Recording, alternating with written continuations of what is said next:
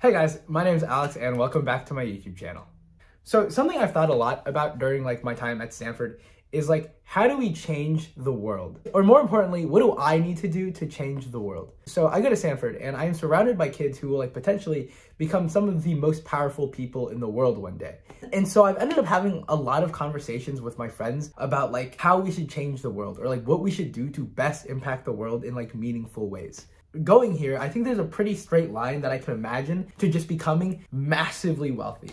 Probably not billionaire status, but just pretty freaking wealthy. But is gaining personal wealth and power the best thing that I can do for society? During the fall quarter, I had a lot of different discussions with my friends about what we should do with our lives and what is the best way to help the world. And I think we always settled into two different camps of what we should do. So is it more important to, one, gain a bunch of power and wealth in order to produce huge amounts of change in the world, or two, become a small cog in a larger movement that slowly changes the world? So I guess that can sound kind of confusing. So here's a story to illustrate my point. So during my fall quarter, we had a speaker come in and try to talk about his experience trying to organize unions. So basically, the speaker worked as a teacher in an inner city charter school for a couple years. And so while he was working at this charter school as a teacher, he kind of realized that the administration didn't really care much about the students or the teachers, and they really just cared about kind of maximizing profit and things like that. And when the administration didn't really prioritize the teachers or the students, it made it a lot harder for the teachers to stay at the school, and ultimately that negatively impacted the students the most. As a result, he organized a movement and tried to start a teachers union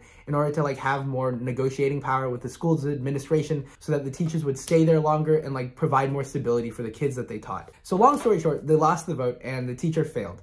And cycling this back to the two types of camps that me and my friends were in. So the two questions would be one, is it better to become massively successful and powerful so that you can become an owner of a charter school and you are the one making all the shots so that you can have a good administration? Or is it more important to be a teacher working on the ground, interacting with these students directly and trying to start unions in order to make sure that you and other teachers have enough power to really help out these students? Another example that we talked about a lot, the Bill and Melinda Gates Foundation is able to help a lot of people because Bill Gates has an enormous amount of money. And so the question is if Bill Gates is producing the most good, should we not all seek to become the next Bill Gates and produce that amount of good?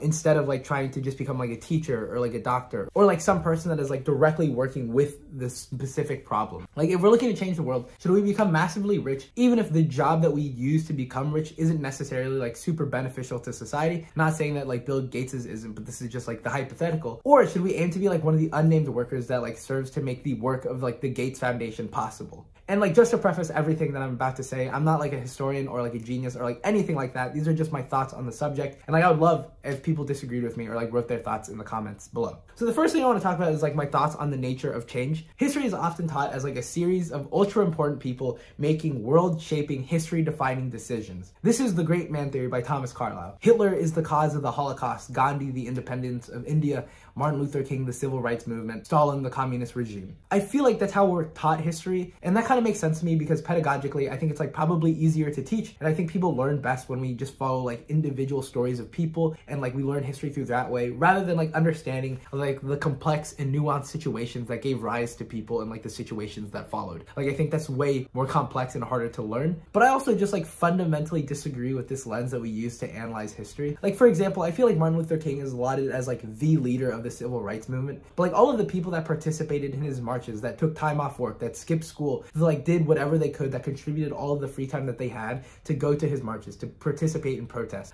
Those people are as important to the actual protests as Martin Luther King himself. Leaders are only as strong and as powerful as the masses of people that follow them. And I think when we over-glorify the importance of leaders or the people at the very top or the figureheads, I think we're doing a massive disservice to the people who are on the ground, working their hardest to push the needle forward in some small way. Even if we do think that leaders have a disproportionate effect on causes, whether that's good or bad, I think the effect of leaders can't be isolated from the things that have made them who they are. The communities, opportunities, or mentors that they have had are equally important, as equally integral to the cause as the leader themselves, right? Whatever I manage to achieve in my life, some part of that is always going to be because of my parents or the people that raised me or the friends and the people who have been nice to me along the way. And that applies to literally everything ever.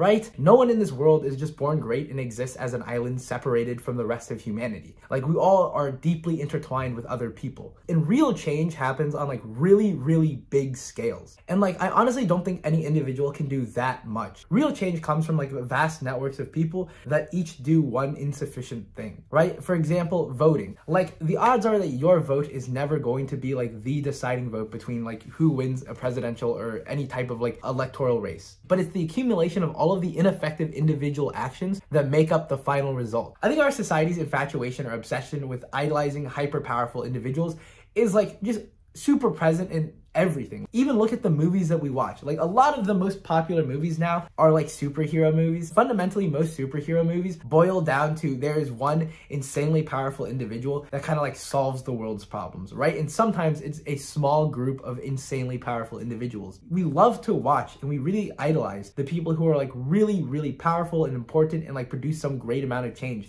And while that makes for a great story, I don't think that's how real change happens. The world faces a shit ton of problems that no individual is ever going to be able to solve by themselves. No one person is going to solve climate change. No one person is going to fix the housing crisis or fix inequality. Like, these things will be fixed by large collectives of people where every single person chooses to do one thing that is by itself ineffective. Like, I really don't think that one individual can really control and exert that much power over the world, right? Like, if you split $1 billion between everyone in the US, and like just the US alone, everyone would get like $3. Like, yes, are billionaires extremely powerful? Yes. Do I think that they're like the sole moving force in the world? No. And even if Elon Musk does one day like go to the moon or whatever people think that he's going to achieve, like, he doesn't achieve that by himself. Like, he's only able to do it because of the thousands of people working underneath him. And that is just how everything works, right? Like, no one produces great change by themselves. So I think that all sounds great in theory, but I think it's important to acknowledge that any like real world movement will need figureheads and like leaders to like do things. So I think we need to look at what leaders can do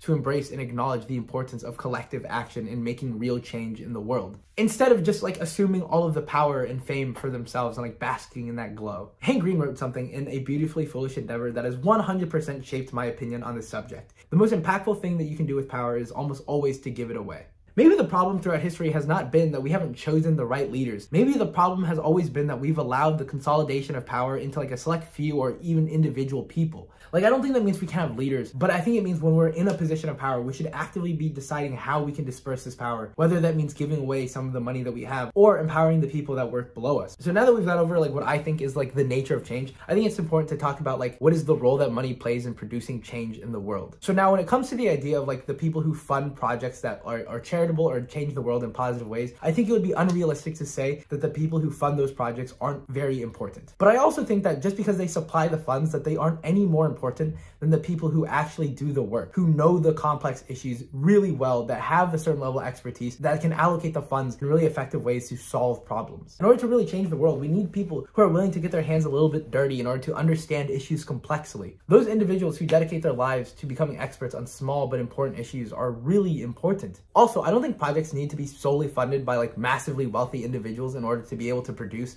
some type of good change. Like, that's literally what GoFundMe and Kickstarter are for. It is asking like large communities or large groups of people to donate small amounts of money to back this project that is going to produce some good thing for someone. Like, the existence of billionaires or ultra-wealthy people is by no means necessary in order to fund charitable or world-changing projects. So to answer like my friend's kind of like defense of Bill Gates about how Bill Gates does the most good for people because he's like consolidated all of this wealth and power and he's like giving it away, my honest response to that would be like, I'm glad that Bill Gates is doing a good thing, but like I still think that like the consolidation of power is probably unethical. Part of me thinks that like he shouldn't have that much money in the first place. So to wrap this up, like, what do all of these ideas mean for like the real world or for us? And honestly, I could not tell you because I'm not like smart enough to know whether these ideas are right, but this is like what I currently think. And I would love to like hear if you guys think differently. One, I think we need to acknowledge that change doesn't happen by individuals. And when we acknowledge that, we have to take some level of responsibility for like the way the world is moving. Change is the accumulation of individual efforts and actions. Two, if change is like the accumulation of individual actions and efforts, then I think we need to look at ourselves and really ask ourselves, in what ways can we produce meaningful work, even if that work only moves the needle forward like half of a centimeter? Like, how can we best use our time and lives to contribute to some meaningful cause? Lastly, I think we should really take a step back and ask ourselves how we should distribute power. And if we have a lot of power, I think we should seek to empower other people by it. Massive accumulation of wealth, in my mind, is basically the consolidation of power. Like, the more money you have, I think the more power that you have, the more influence you have over the world. And so I think the people that I go to school with, or just the people in the world that plan on becoming massively wealthy, I think you should really take a step back, and like myself included, I think we should take a step back and really ask ourselves how much power or money can we ethically own, and if we go over that, how can we disperse our power, or how can we give away our money in the most meaningful ways that can help better the world. Now, to end this video, I just want to talk about someone who I like really look up to in terms of like producing change in the world and community building, and honestly who has affected a lot of my views on this subject. And I just want to talk about Hank Green. Like, Hank Green has talked on very numerous occasions about how he like could be making more money if like he at all tried to optimize for making money, but he doesn't. As the CEO of like Complexly, the education company he runs, and like all of the other projects he has, his YouTube channel, I'm sure like the Vlogbrothers can make way more money than they currently do, but they just don't choose to optimize for it. But instead they choose community building and funding philanthropic projects through the community that they've built. They acknowledge that, well, they are kind of like the leaders and the starters of their community, that they are by no means the only important people in their community. And I think that they do such a good job of balancing that, and it is so inspiring to watch them. I think they are like a really good example of like the types of communities that we can have if we all agree to take some level of responsibility for the world. Both of the Vlogbrothers are reasonably successful and financially independent, but also at the same time, like, they don't chase money. They genuinely try to make the world a better place. And I think if I could ever do anything like that, I think that would be an absolute dream. Thanks for watching today's video, guys. I really appreciate it.